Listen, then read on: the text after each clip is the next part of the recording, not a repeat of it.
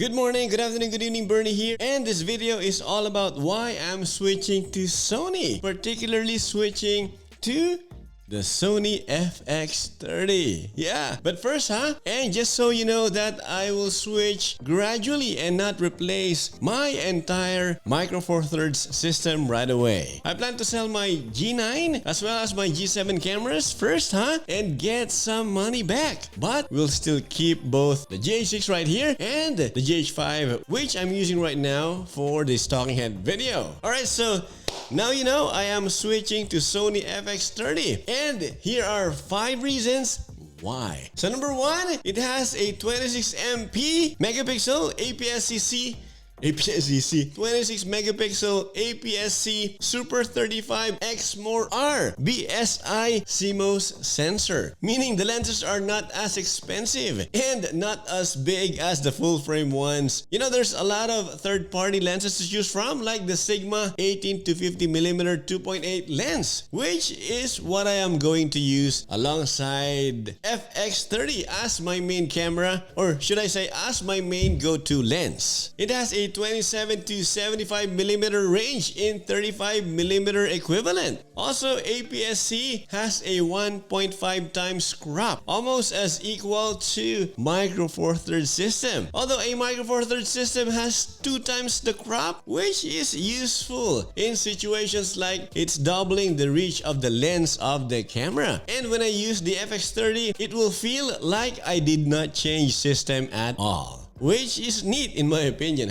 And also the lenses are way smaller, just like Micro Four Thirds. The Sigma 18 to 50mm f2.8 lens that I chose is actually smaller than what I use right now, which is the Olympus Pro 12 to 40mm f2.8 lens, which is a workhorse of mine. But speaking of Sigma 18 to 50mm, it's not as well made as this one though, since this has some metal and plastic parts and definitely heavier than the Sigma 1.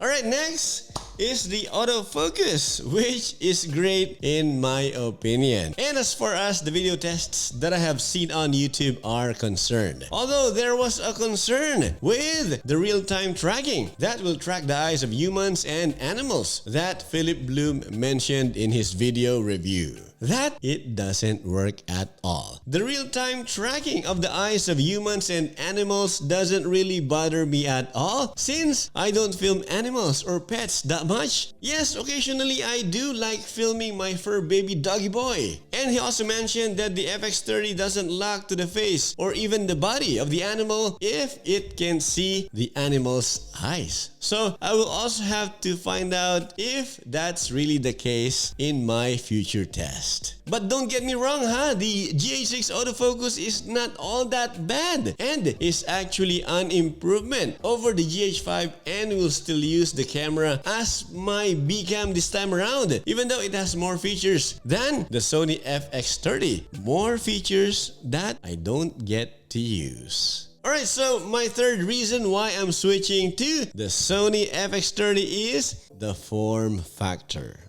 Oh my goodness, it's so beautiful, and I love how Sony used the FX3's same body design and applied it to the FX30 as well. And I'm so glad that I did not buy the FX3 in the first place, and I made a video about it and talked about why I did not buy it. It's too expensive for me, and I am not into full frame anyway because of the reach of the lens as well as the high prices of the lens, and the lenses are heavy. So yes, I love the form factor, and wow, that gray color, it's amazing. It reminds me of the color of my GH2 way back. I also love that it has multiple 1/4 inch threads, so you can add more accessories without needing a cage. Although you may want to use a half cage to mount more accessories and to make the FX30 more usable and robust. But for me, I like my rig to be minimal. You know, a camera, a lens, and a shotgun mic are already enough for my needs, with of course a battery installed, as well as with an SD or CF Express Type A card inside.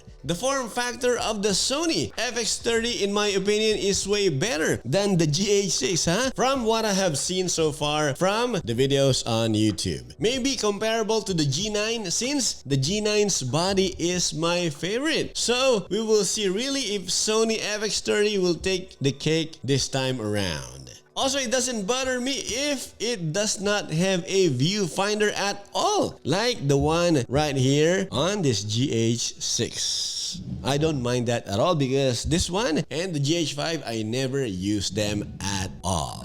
So the fourth one and next is the S-Cinetone picture profile. Yes, S-Cinetone uses the same color science as Sony's advanced cinema cameras, including the Venice line with natural midtones, soft colors, and smooth highlight roll-off. Alright, I'm a big fan of S-Cinetone, and although I did not really have one on the ZV-1 right here, since this one doesn't come with it. But I did customize the setting instead, and it works great and easy to color grade. Although it's not the exact color in camera, but at least it's close enough. Comparable to the Cinelike D2 of the GH6. Alright, and finally, why I want the Sony FX30 to be my first APS-C E-mount camera moving forward is the ability to film in 4K 120 FPS. Yes, I know that the GH6 can do that as well and even better. And the GH6 has slight crop, most especially when the IBIS is active, whereas the FX30 has a way bigger crop. Maybe you're asking why.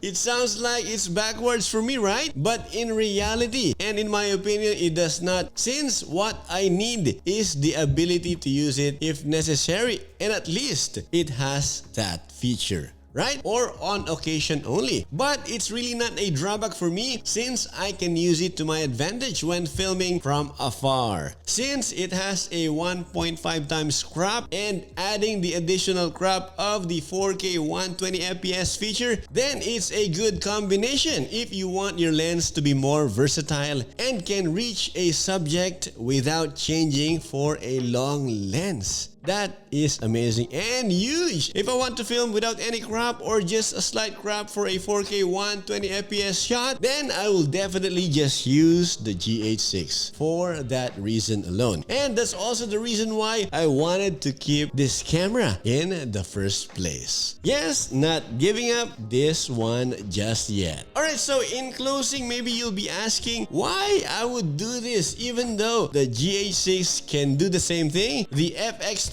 can do, and even better. I understand that, and I know that you can record ProRes on the GH6 and the FX30 can't. And I know that the GH6 has the shutter angle and the FX30 does not, etc, etc. I can live without those stuff. Although I'm a big fan of the shutter angle on the GH6 as well as on the GH5, but I would rather have a great and reliable autofocus versus having the shutter angle, and I know it's super annoying to keep changing the shutter speed while filming different frame rates. I know that, I've been there, but I can definitely live with that and just have the hybrid autofocus instead. No doubt that I will choose that over the other any day. Alright, so yes, I can't wait for the Sony FX30 to get here, and moving forward I will now be using Sony, and the GH6 will be my last Micro Four Thirds camera. And I thank you Panasonic for everything, for serving my needs very well, right? This one is a workhorse. For sure I will miss my Panasonic brand, but I am looking forward for the next chapter and I can't wait. So alright, how about you? Will you be switching just like me? If so, why? And why not? Also, what are your thoughts about the Sony FX30? Is this something that you are looking for or at least considering as your first camera or even as a B camera if you already have the other Sony cameras in the cinema line range? And lastly, what is that feature of the Sony FX30 that you're most looking forward to use? Let me know your thoughts in the comments below and let's discuss. Alright, so that's about it for this video. This is Bernie. I will see you in the next one. Goodbye for now.